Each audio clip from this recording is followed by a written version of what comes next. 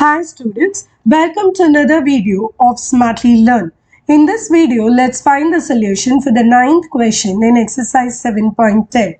If integral x cube dx between the limit a to b is 0 and integral x squared dx between the limit a to b is 2 by 3, find the value of ab. So first let's take up this particular integration. So this we will apply the integration first. So it is x power 4 by 4 between the limits a to b is going to be equal to 0. So this means b power 4 by 4 minus a power 4 by 4 is equal to 0. So on simplification, b power 4 minus a power 4 is equal to 0, or b power 4 is equal to a power 4. So first we will keep this aside. Now let's take up the second integration. So here let's apply the integration again. So this is x cube by 3 between the limits a and b is equal to 2 by 3. So now you apply the limits. So this is b cube by 3 minus a cube by 3 is equal to 2 by 3.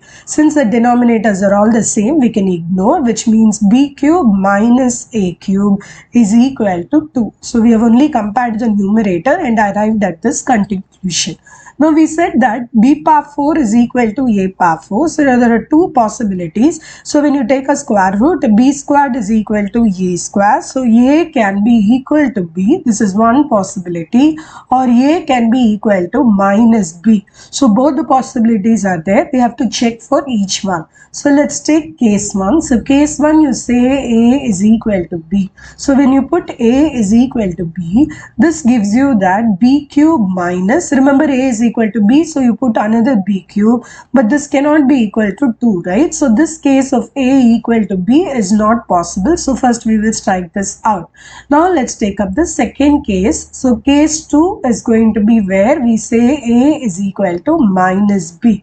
So now let's substitute. So here b cube minus b means a cube will become minus b cube. So minus of minus plus b cube is equal to 2. So 2b cube is equal to 2, or b cube is equal to 1. So when b cube is 1, it means that b is equal to 1. And remember our relation, a is equal to minus b. So a is going to be equal to minus 1. So the value a and b here takes us, a is minus 1 and b is going to be equal to plus 1. In the next video, we will find solution from questions in exercise 7.11. See you in the next video. Bye.